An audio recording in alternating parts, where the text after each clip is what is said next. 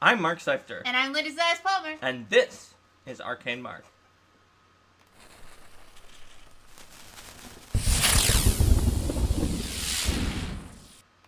Hello, everybody, and welcome to another episode of Arcane Mark. Today we are doing our fourth episode on a recap of my Council of Thieves campaign.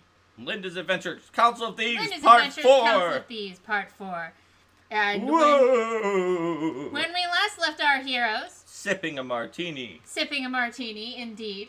They had reached the entrance to Delvehaven, which is an abandoned Pathfinder lodge that was sort of abandoned, sealed, reopened, and then sealed again because of a huge number of issues that lodge had, and the PCs at this point are just about to learn just how messed up this lodge is. Now that they have completed their scavenger hunt through plays and floofy noble parties, and it really was yak shaving to the nth degree. How many steps that we had to go through to get into this lodge. Extra dimensional dungeons, and using the super mega convenient candles of talking to dead people, of which there were exactly as many of as there were Pathfinders that you then needed to talk to gather the clues to figure out how to get into the second dungeon. Plus, that was actually the place we all had to be on land instead of in the ocean where we can breathe using gills. We're not supposed to tell them about that. Oh, okay. Yes, of course. Of course, we live on land. Yes, we live on land. We live on land, and our hands are backwards. I mean, forwards.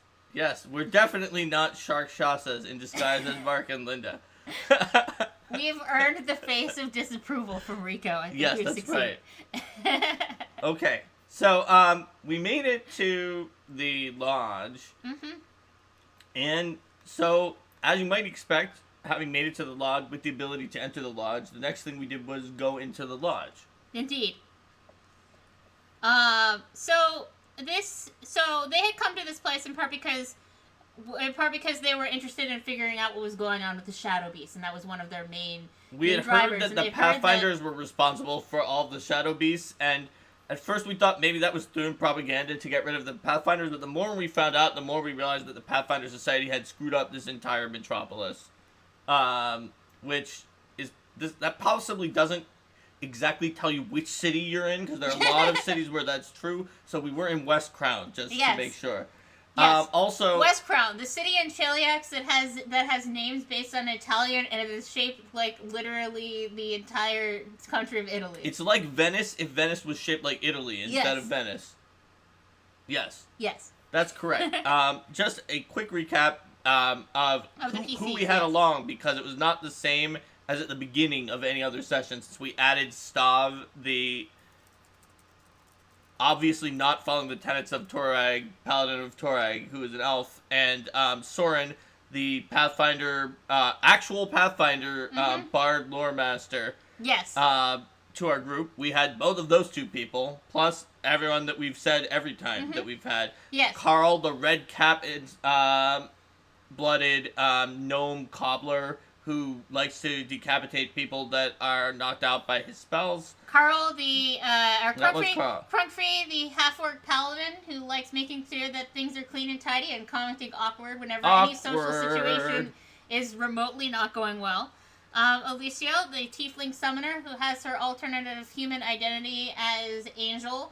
The Arena Champion. Helena Alejandre, Arena Champion, and recently also summoning Arena Champion after previously demonstrating no ability to summon or use magic. Lady Axis, the NPC Tiefling Paladin of Shellen. Red Black, the half-elk rogue, whose actual name never appears in the adventure because he's just that hardcore about security. That's right. Yep. So those are our PCs as we head in here. So the first clue that the PCs had that they were in the right place for these shadowy beasts is when we got attacked by shadow beasts. When they arrived at Delvehaven and got attacked by shadowy beasts.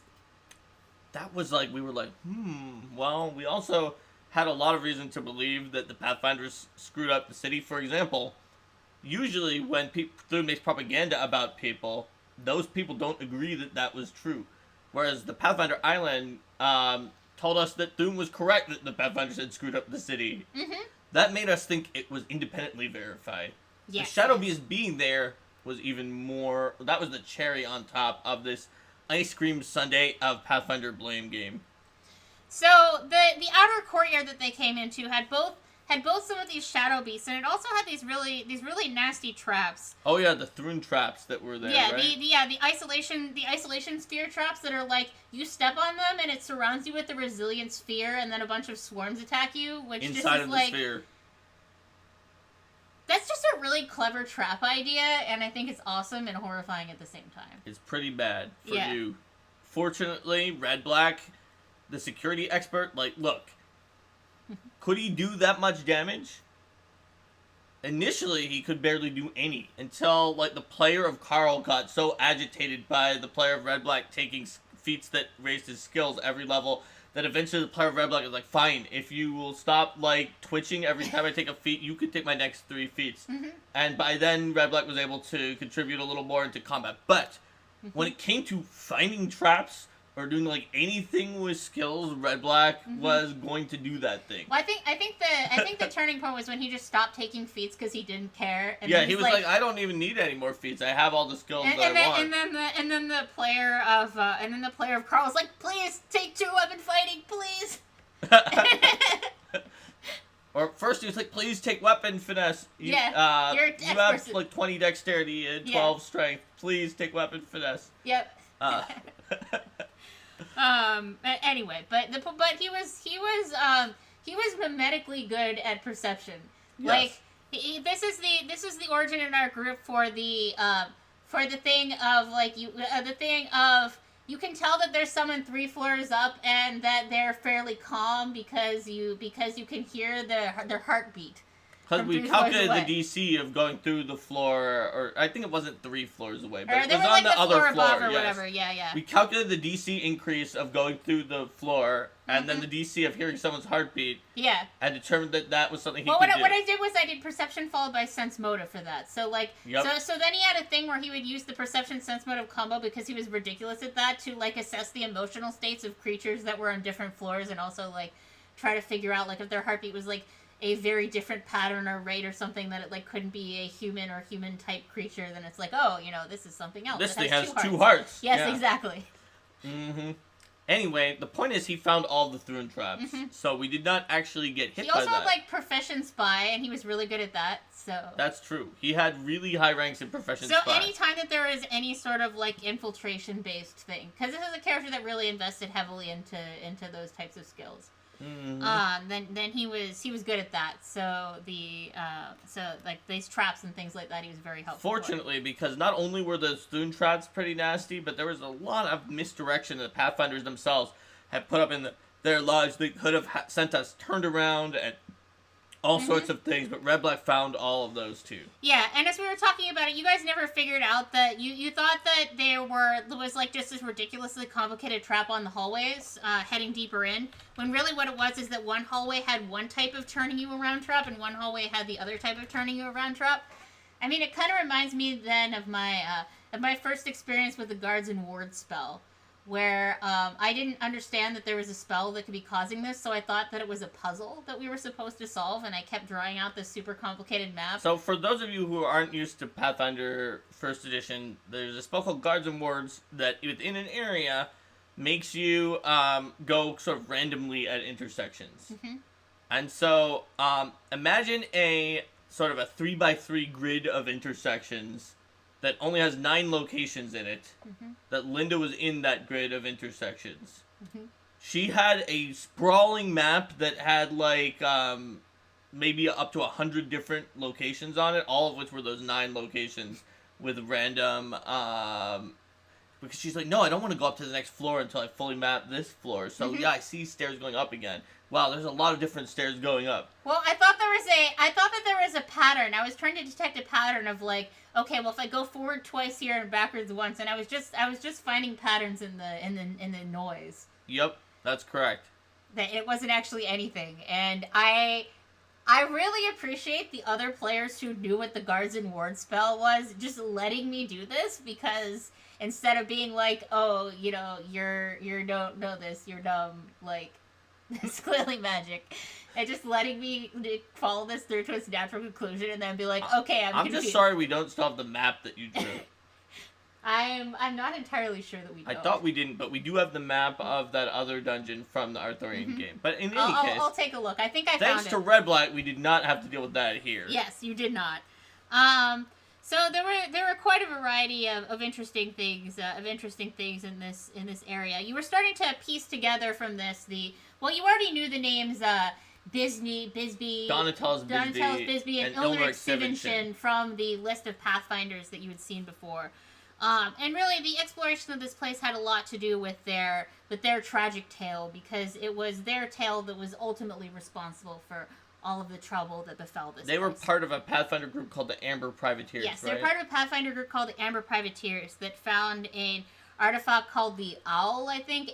Owl. AOHL in the Milwaukee Expanse. And they wound up splitting it into two.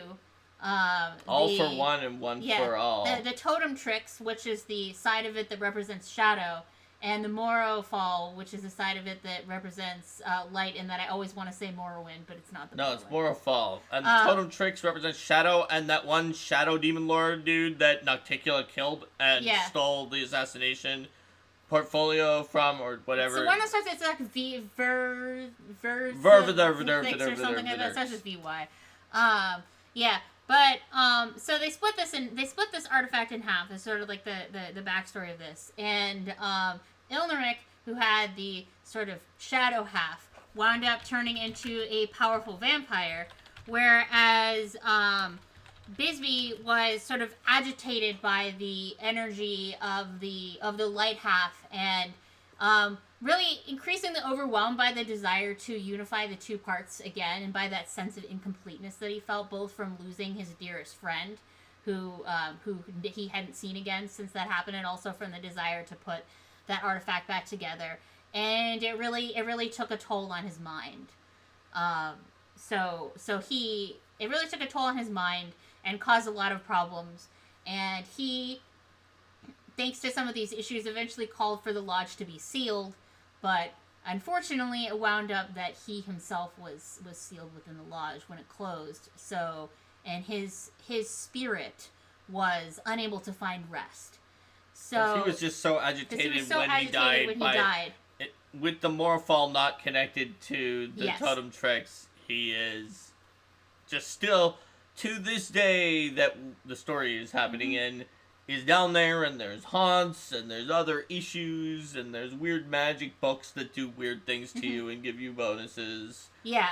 So at this point, Ilnric the vampire has sent in a bunch of his vampire minions to... Ilnric was not originally a vampire. Yes. He was just the sort of slightly sketchier but still friendly person who was in this Pathfinder group. You know, the one that's in every group who's like, oh, I'm totally maybe evil, but I'm definitely loyal to this group, and I wouldn't do anything. But then he got an evil artifact that turned him into a master vampire and made him ridiculously evil, and now he's out there, and this is his weakness, is the other half of his artifact. Yeah. And so he wants to So he sent his vampires to destroy it.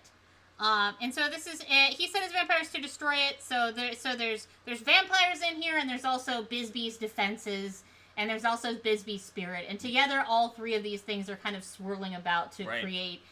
Somehow the vampires did not have to do a play, or go to a mayor's mansion. I think it's because I believe it's because Ilnric the power of the Totem Tricks. The power of the Totem Tricks combined with Ilnric knowing the fundamentals of the defenses of this place, and like how it was sealed and stuff like that, much more so than you guys did, because he was actually a Pathfinder from that time period. And then, though I think this may have been slightly underexplained in the AP, and I'm not sure exactly how I explained it myself, but it was something like that. So the powerful Sky Metal Handweavium. The powerful Sky Metal Handweavium, yes. So yeah, you mentioned the library. The library was a really interesting library that had a we had a lot of books. Into that almost first. Yeah, it was right near the front. And I had a lot of books that when you read them sort of pulled you into an experience of someone in the past, and you were you take like some charisma damage as sort of the self of this other person imposes itself on you, but then you also gain some permanent skills, and that was a really interesting little Everyone likes mechanic. Permanent skills. Everybody likes permanent bonuses for only temporary penalties. Hooray! Yeah, so the traps that mess people around, there's ones that like cause you to send you back where you came from, and then on one hallway, and the other one just kept turning you around. So, and the hallway looked really similar, so people got pretty confused there. Go back where you came from. You contended with quite a few. This hallway. Yes, this hallway. Yes. You contended with quite a few of these shadow beasts, or shadow masters as they were mechanically, but those we are call them one of beasts. the kinds of shadow beasts. Yes. There's also the shadowy Triceratops skeleton, which was... That was a different kind of shadow beast. Which is a different type of shadowy beast. That one was much more dangerous. He was much more dangerous sort of shadowy creature. That one definitely was an issue. Mm-hmm. But we were able to defeat it. Now, I remember that you guys did some shenanigans with a gray bag of tricks that you found here, but I don't remember exactly what. We just did some of the typical bag of tricks shenanigans with animals. We also, temporarily went up to a second floor that doesn't have much in it, because down is where we actually needed to go, and it had, like, an elemental and a few other things up there. Yeah, there was a... It wasn't a big deal on the second floor. Yeah, the second floor had a large water elemental and a will-o-wisp. Yeah, the will-o-wisp. But you also had and I guess this was still on the first floor. It was sort of courtyardy, but not on the outside, but in the inside. There was a big area with like an invisibility platform. Yeah, the rostrum of vanishment. And when you step on it, you vanish. And this is where we found what certainly became recurrent characters in the game, which were the soulbound dolls that Bisbee had made from portions of his own soul based on some techniques he learned in the Mwangi Expanse. Portions of his old soul combined with some children's dolls.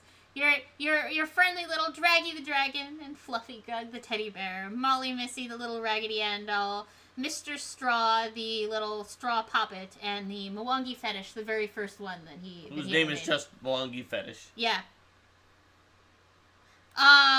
So these 5 extremely cute but also extremely murderous creatures really were an aesthetic that I like. So they're plushies. They're murder plushies. Yay! So the murder plushies definitely attacked the PCs when the PCs they came had in. like a quickling template. They had like a quickling template that I gave them. And they were invisible. They were invisible, and it was just like you couldn't really see what was going on very well, but there was just tiny things that were attacking you, and it was like, what? I think we managed to actually talk them down. Yeah. Eventually. You eventually managed to talk them down. And convinced them that we were working for Bisbee, even though they were murderous, and that we wanted to help him to get rid of the totem tricks and do the thing that he wanted. Because they were all talking in their own voices to the PCs during this fight. And in so doing, giving away information that the PCs were able to use to kind of talk them down and convince them not to attack, and because that they wanted to help Bisbee. At least forestall their attacks for a little while. Yes, they still were not necessarily sure they were going to let us leave if we went down there and did not do what we said, but they were going to give them they were going to give the PCs a chance to help Bisbee, and then probably murder them if they failed. Also, the reason they were murderous is not because they were created by an evil person or were normally evil. It was this whole chain reaction with Bisbee's spirit and all these things going haywire in the haunts that had driven them to become evil because of that connection. So if we could purge that out, they would go back to being friendly stuffed animals and non-stuffed animals, dolls of various kinds. Yes. So that was their plan as they headed down into. Because they were sort of guarding the way down. They were guarding the way down. Yes, and that was sort of their plan as they headed down into the cellars. They had gathered from books and conveniently left long-winded notes and conveniently descriptive plaques on portraits and a lot of other sources of information. Basically, what had been going on with Bisbee and Ilneric, some of the basics of it by this time. And so they were going down to the basement where they knew that would be the place that they needed to go to. I will never forget the basic layout of that hallway down in the basement. Yes. The main hallway where it goes layout. Forward towards where we immediately saw these powerful named vampires. Yes. And then there were two sides back near where we had entered into the layout, going left or right, that didn't have anything in them, up to a turn or a door or something like that. That T layout of the basement. Yeah. So the original description of the dungeon, it sort of had more of a, and then one person sits in this room type thing, but I brought some of them more together to have them having a conversation, so that to give more of a sense of urgency for the PCs, where I had the maze flesh man, who was the maze flesh man who had all those tattoos. A heavily tattooed vampire who was like, I think it used to be some kind of a hunter before that. And there was also the was there talking to the vampire who used to be a vampire hunter. And then she did not succeed at being a vampire hunter. She did not succeed at becoming a vampire hunter. She was a very self-hating vampire. Didn't she have like two hand crossbows or something like that? Yeah, she had 2 hand crossbows. She had she had stakes. No, stakes. That's right. She fought with stakes. That's right. She fought with 2 stakes. Yeah, she fought with stakes. So the two of them were because she was a vampire hunter. So the two of them were talking, and as usual, because I wanted to give a bit of a sense for people to understand the backstory of these characters, because otherwise, how would they necessarily know that she was a vampire hunter? So like the maze flesh man was kind of being a jerk to the vampire hunter, as he usually is, because she used to be a vampire hunter, and they were. Jim says if she's a vampire hunter, yes, then she might have a hunter animal companion. A giant bat would be very appropriate, I agree. But we didn't have the hunter class yet. This was early. She was a vampire hunter. So a vampire hunter. A vampire hunter, yes. So you guys came in to fight them, but while you were having that battle, one of your group, the friendly Lore Master Bard, decided, that looks dangerous up there. So I'll stay in the back and inspire courage. So what I'm going to do is I'm going to inspire courage. But where I'm going to inspire courage is I'm going to stand in the middle of a T hallway, from which there is the branch that we came from, where there is a door that we skipped. And there's also 2 branches to the left and the right, which lead to other doorways. And I'm just going to stand right in the middle of this T intersection.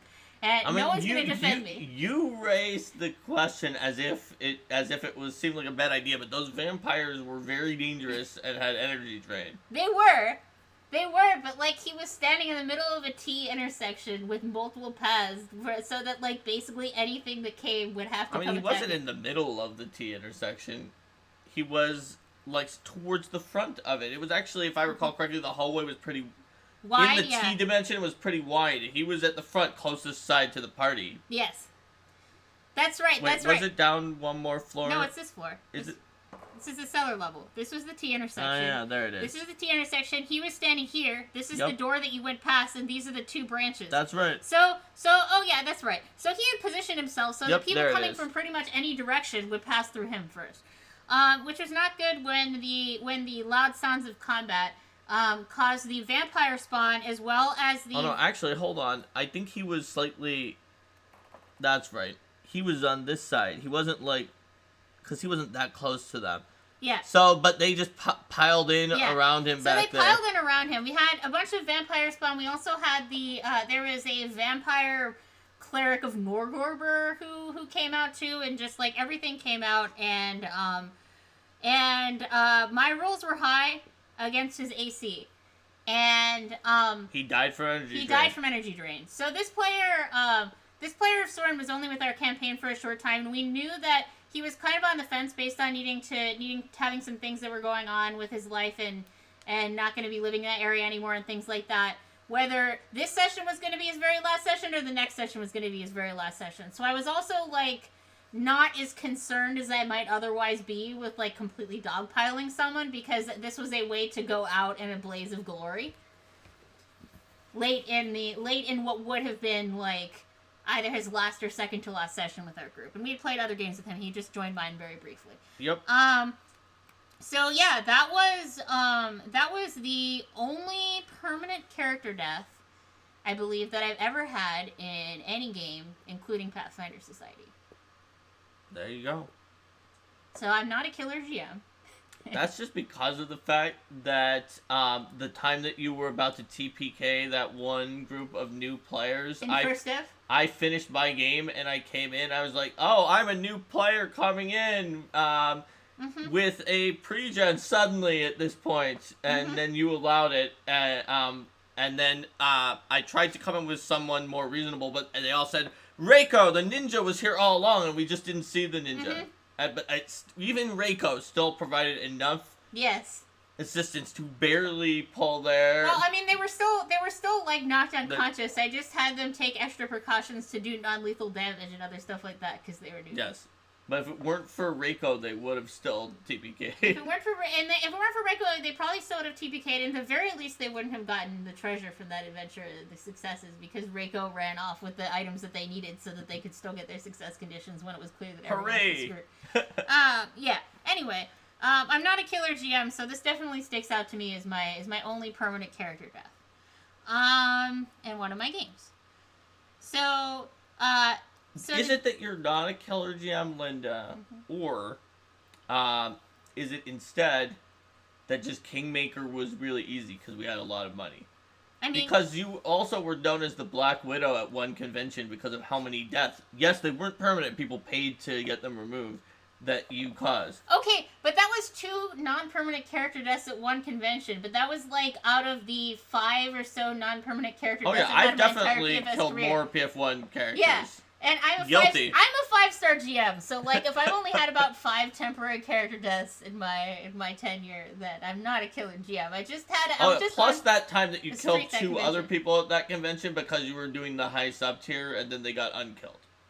So those weren't really killed. I know. I don't count those. I think at the time you got the nickname, people were counting it. Yes. And then they kept the nickname even after. And then I apologized to everybody, and I retconned what needed to be retconned, That's and I found a way to fix things. At Runecarve Key, I accidentally misplayed both the Banshee and the Miasmic Hydra very slightly. And both of those caused character deaths that I then overturned. Yes. Whoops! You know what? I think it just goes to show that, like, I was still a fairly experienced GM at that point.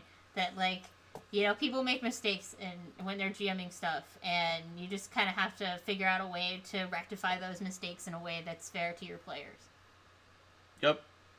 Anyway, back to our Council of Thieves. You guys. So Soren died, but we absolutely did like kill, destroy the Maze Flesh Man and the Vampire Hunter who kind of wanted us to kill her. Yeah, she did because she didn't want to be a vampire. But Ilmarik was commanding her not to do that, and the Jair, Norgorberite, the cleric of Norgorber as well, who's a vampire, and a bunch of vampires all the spawn. Yes. But the problem was they would go back to their coffins, which is an issue because I believe they did not bring their coffins with them to this location. Yes. But maybe they did. I can't remember. I do not remember exactly where their coffins were. I know that vampires were had a fairly hefty role in this AP at this point. And, I think they may have been forward.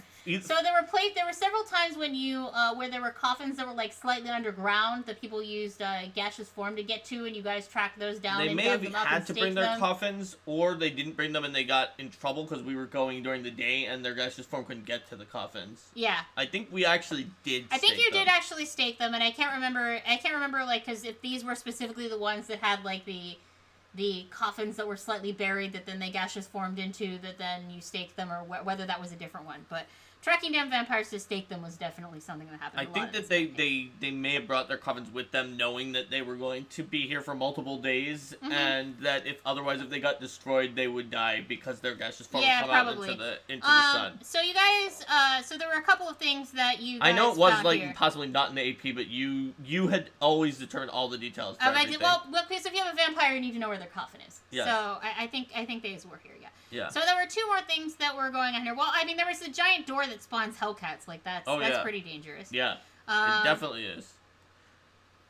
There's also the chance to talk to Bisbee's spirit, which you did through communing with his skull that you found and fighting some more shadows, because of course you did. But at least these ones weren't young this time, so they weren't as tough. Mm-hmm.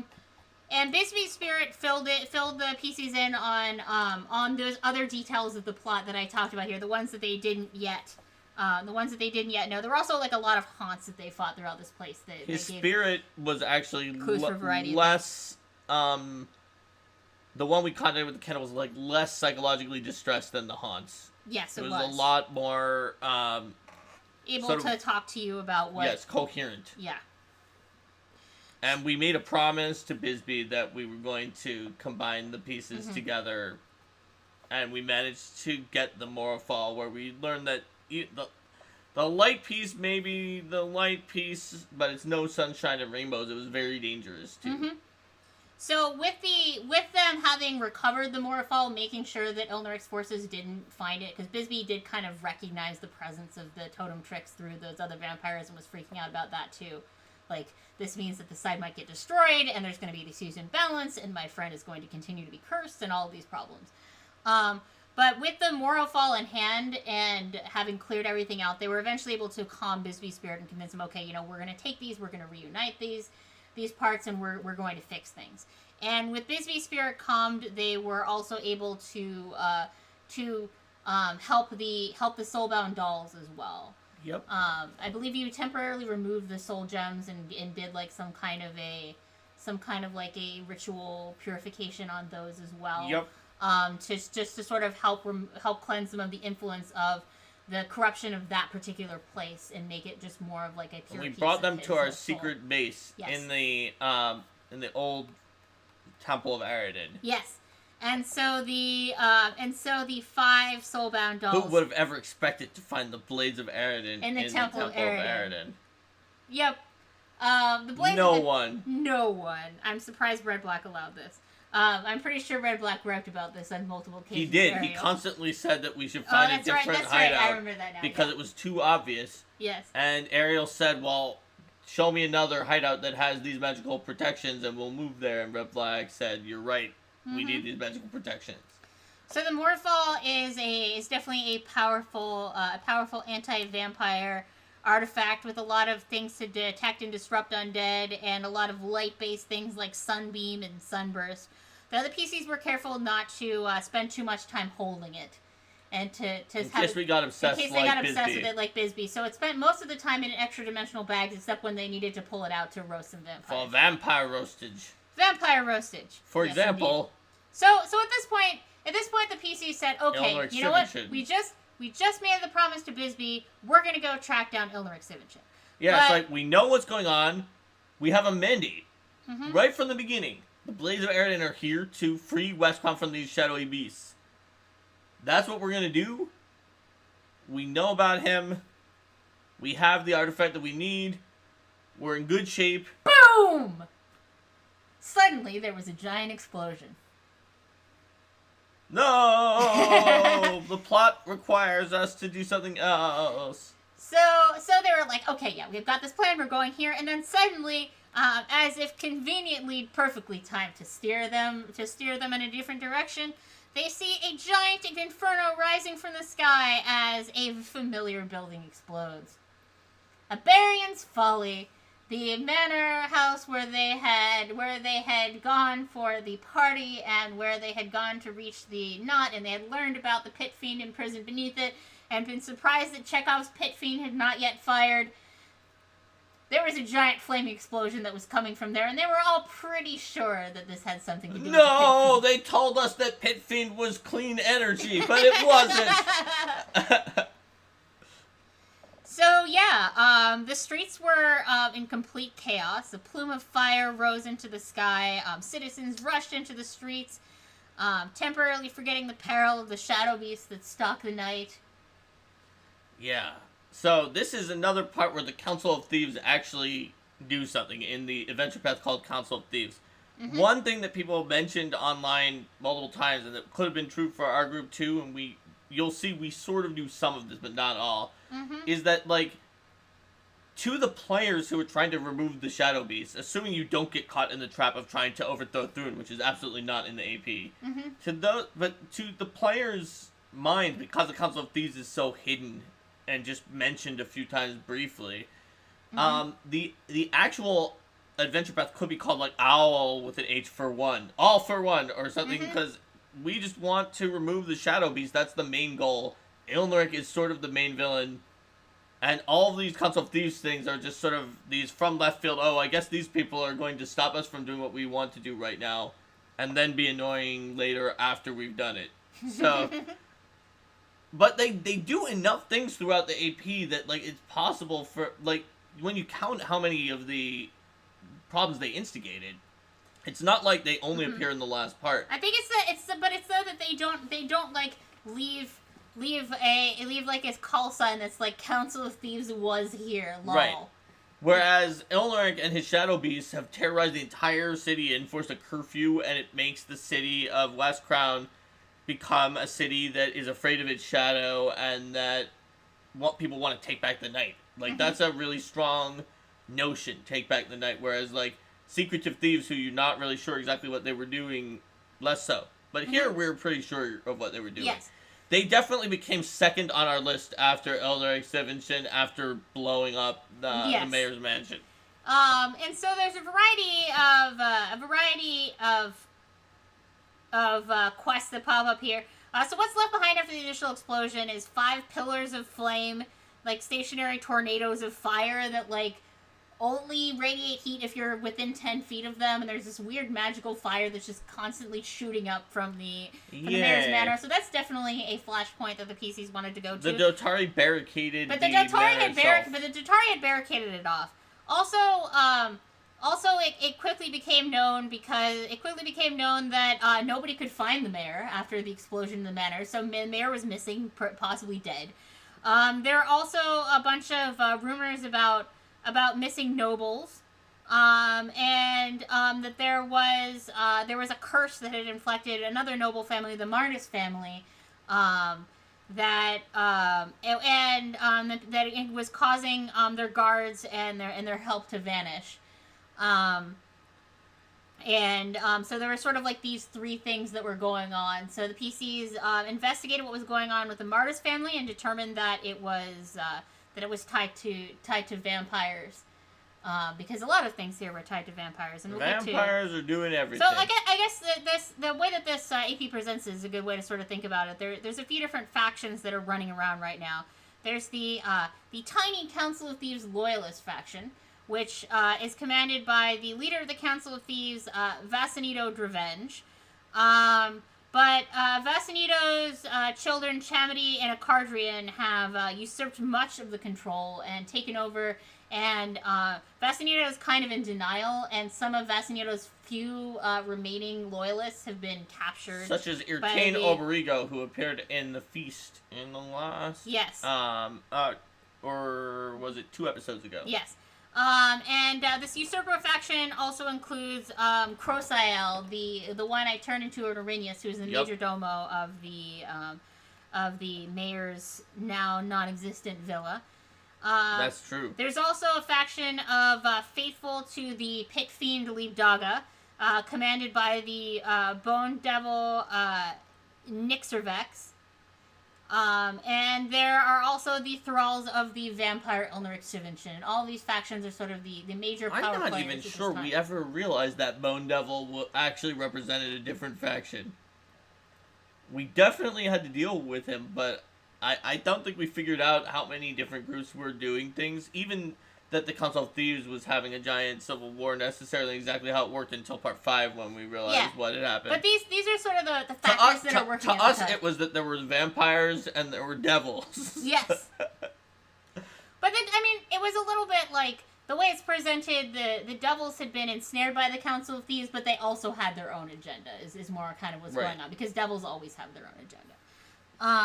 So the PCs had little trouble finding the mayor. Because as a matter of fact, when the mayor noticed the PCs, the mayor he came out the to mayor find came us. out to them and was we didn't actually look for him right away. We wanted to save people. We went around town before we went to the manor, which seemed like there were magical protections that were stopping the fire from doing anything else right now. We ran around trying to help various people in different areas. There were like some dwarves who were in trouble that Stav just ignored, and that other people were trying to help a little bit, and just some montages. Like Linda said, we saved a noble. We also were trying to get like official agreement from the Dotari, the guard. The guard to have permission to approach. Permission to approach. But the mayor actually just came up to us. So the mayor actually just came up to the PCs and was like, "Please, I know I haven't been the best leader, but like I don't deserve to die like this. Please help me escape. I don't want to get in trouble for this giant explosion. It wasn't my fault. The Council of Thieves is terrible, and there's a leader in there, and Crocile is a devil, and I didn't know that, and the Infernal Duke that was put in my basement, by the way, there's an Infernal Duke in my basement, broke out, and it's not my fault, because, but Thrun put them there, so, like, clearly it can't be their fault, because Thrun is the best, but, please help, because devils and your paladins in mercy, please. Was pretty much his argument, and, I mean, the PCs generally thought that he was pathetic, but we weren't gonna kill him. But they weren't gonna kill him. They weren't gonna kill him, and I think that you guys also decided... This town needs new leadership. Yeah, but this town needs new leadership. Exactly. And so it was at this point that the PCs decided that, you know, that it would be good to have a mayor that was more representative of the interests of the Blaze of Eridan. That's true, but it took a long time for that to happen. It took a long time for that to happen. Because of the fact, at this point, you see Accordion, whose name is actually Acardrian. Acardrian, yes. Believed that Westcroft should have a mayor whose interest was more representative of the Council of Thieves. Yes. But there was a power vacuum here, and both the Blades of Eridan and the Council of Thieves were interested in filling it. But now is not the time, because now the city is literally on fire. That's correct.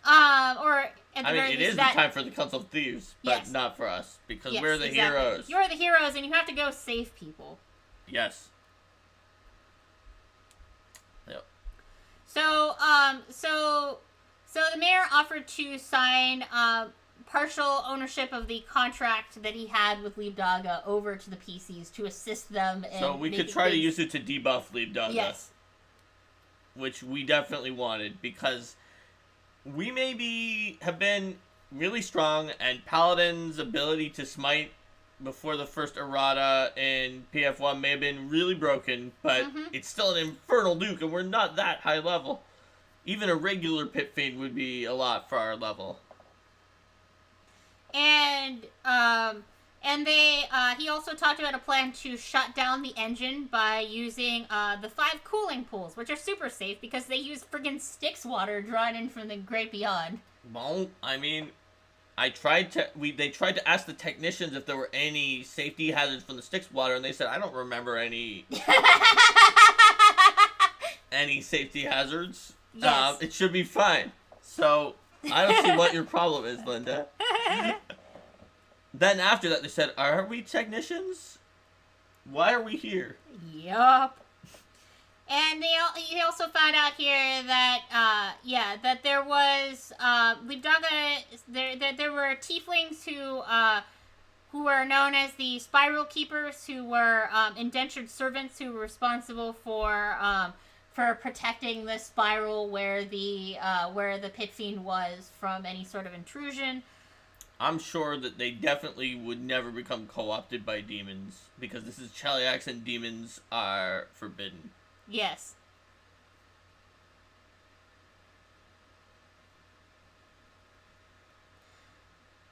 And the PCs knew that they were going to need an item called the Stygian Key Rod to deactivate the Infernal Engine's cooling pool. That's right. Think of it like those rods that you use in the nuclear reactor. Yes. Sure, everything is going to be fine for our heroes. And, since Linda said she only permanently killed Soren, so that means the rest of us are immortal. So in general, the goal they had a goal to be careful about the devils, to be careful about the tiefling guardians who were protecting this place, to acquire the key rod to shut down the Stygian cooling chambers from the Neshian spiral, and to either banish or destroy the pit fiend before Liebdaga the Twin before Liebdaga broke out and wreaked havoc across West Crown. Seems legit. But first, they needed to make it up to the ruins of Iberian's Folly itself. So having seen Dotari guarding it, the Dotari you can't pass. But I'm pretty sure that one of the Dotari leaders was related to one of the people that we helped out. Yes. One of those two families that you mentioned, either the one with the missing member, I think it was or the one Martis with family, the one with the one with the vampires. But yeah, I think that there may have been a Martis on the Dotari who was willing to vouch for you guys. So you convinced them to vouch for you guys. We came with the vouching for us. Yes. But turns out that while the main guard was about to let us through, the lieutenant's like, nope, absolutely not. No. And they're like, why not? You can't pass. You're outranked by this. No. So we made a sense motive check to determine that this person who was breaking rank and was determined to fight the PCs, even though their commander and all of the people under them were refusing, was dominated. Or we're wanting to let the PCs in. We're wanting to let the PCs in. Only they wanted to fight the PCs. Yeah. By vampires. Yes, we're dominated. Who could have guessed? So they non-lethally the vampires dominated key members of the guard who were at certain locations to just not let anybody in, even if you were supposed to let them in. So with the permission of this person, and with the permission and assistance of this person's commander, they non-lethally knocked them out so that they could be taken somewhere else until the dominate were off. Yep. And then the guards all let them past, and and that guard commander took over watching that area to make sure that nothing else came in to harass the PCs. So then the PCs went to investigate these pillars of fire that were shooting out of the ground. We didn't like them. You didn't like them. They would deal huge amounts of damage. And it was also here where you had to contend with an Arrhenius. Yep. Who was part of the Bone Devils faction. Was part of the Bone Devils faction, yeah. The Bone Devils second in command. Which is really the faction of the Pit Fiend itself. Yep. We just didn't know that there was a separate faction, so. Yes, that's right. There was more detail on the Martis family's house, and the Jerusen the vampire, who was the most powerful of Ilneric's minions that was still left after your rather thorough attacks on Delphaven. Didn't he have one minion who was more powerful, who was a powerful sorceress, who was his consort? But he wouldn't send his consort out. This was the most powerful one that he had on the ground doing stuff, and was fighting you along with side of some dominated guards. Yep.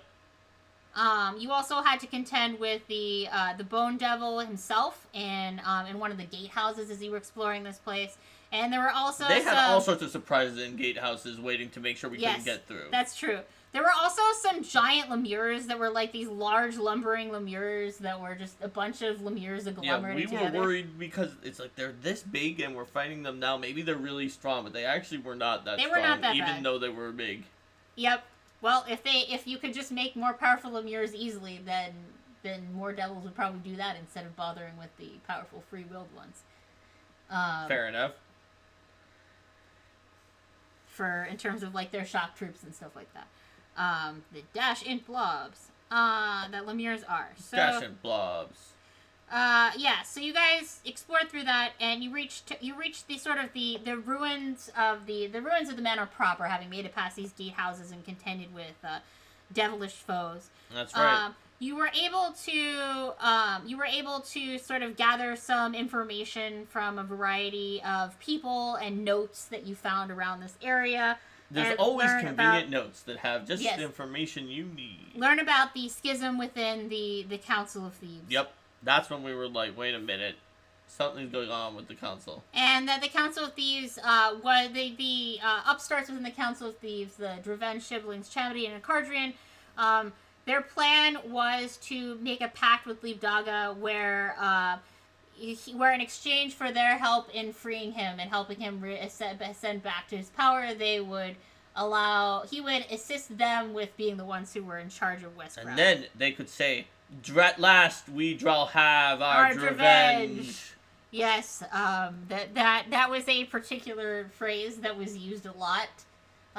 Because revenge sounds like revenge, and revenge and a lot of other things that unnecessarily started with draw were used extensively from this point onward. Yes.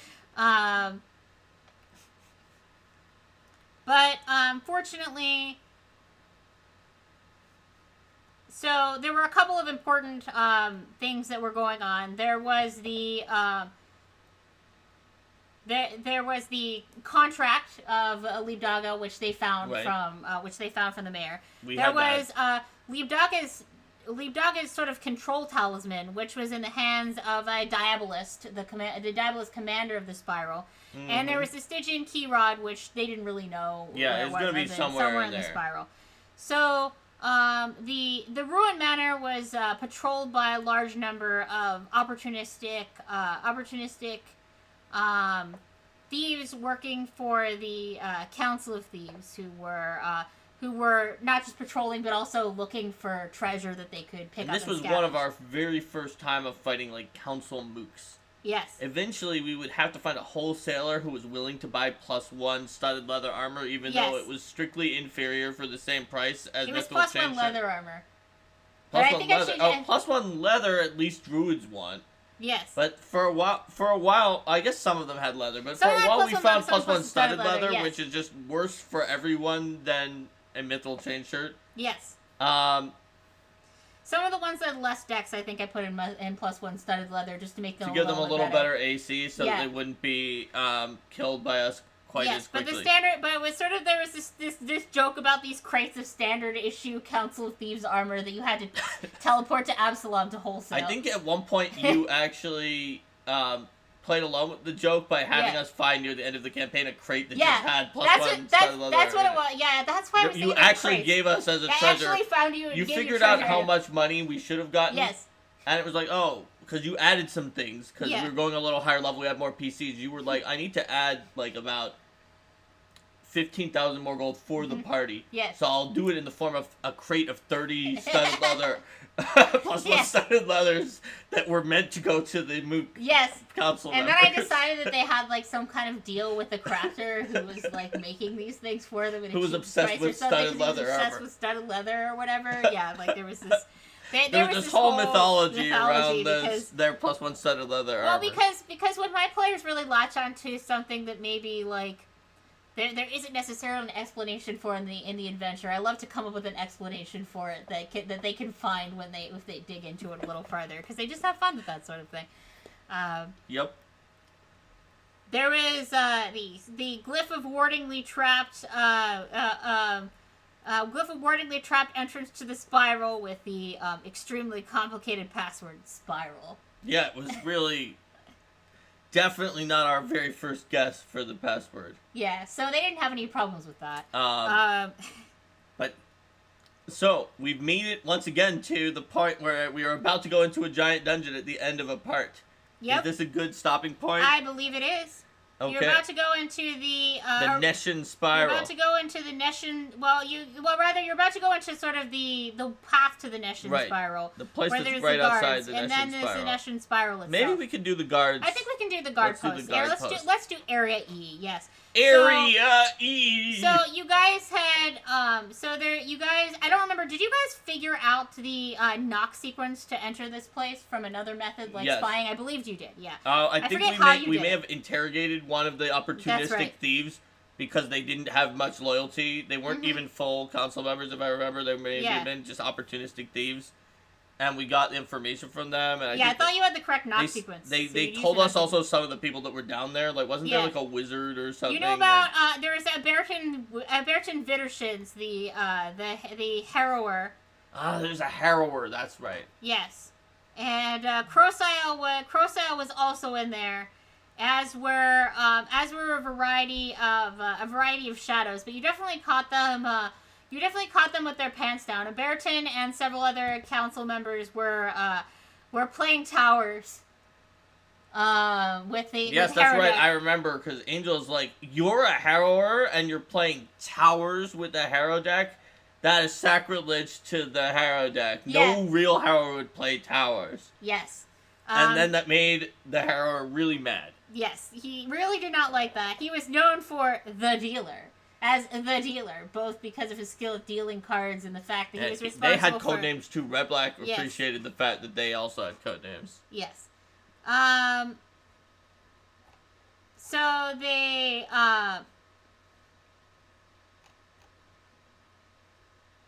yeah, because these rooms that they were in here, these were not places they never necessarily could have been to before, because this was part of the manor grounds, but it was now part of the manor grounds that had survived, that was now occupied by the dealer.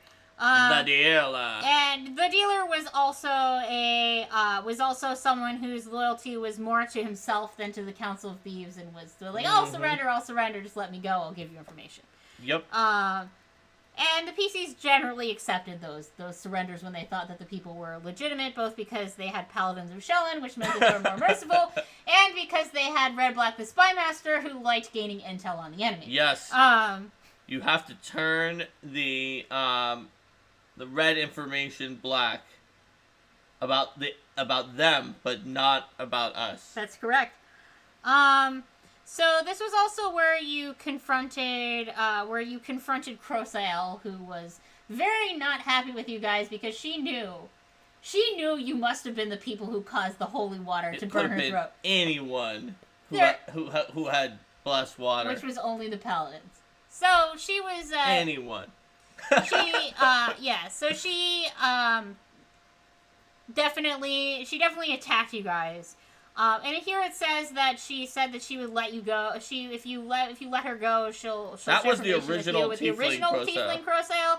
But the way I played her, she was a lot more bitter and vengeful. And you also had a lot of other ways to find information. So I had her definitely be more of the fight to the death. The one who let us go was already killed by this false Crosael. Yes, the real Crosael I had already be killed. Yeah, the one who would have let us go. The one who let us go was dead. Yeah. So the Arrhenius was here, and you guys fought her, and she was very angry, as befitting the Arrhenius title of Fury. Hell hath no fury like a Fury who you burned her throat with holy water. Yes. But she thought she was drinking blood. Unfortunately for her, but fortunately for you guys, she did not succeed in her quest to murderate, and instead you defeated her. Yep. And as a devil, she was not someone that you had to be merciful toward with your Shellen Paladins. And neither did you have to be merciful for the shadows that were guarding the entrance. We just did not to the like Neshian shadows. Spiral. So yes, this was the part where you would reach the Neshian Spiral, both the basement to Iberian's Folly and the structure that served as the prison and its engine.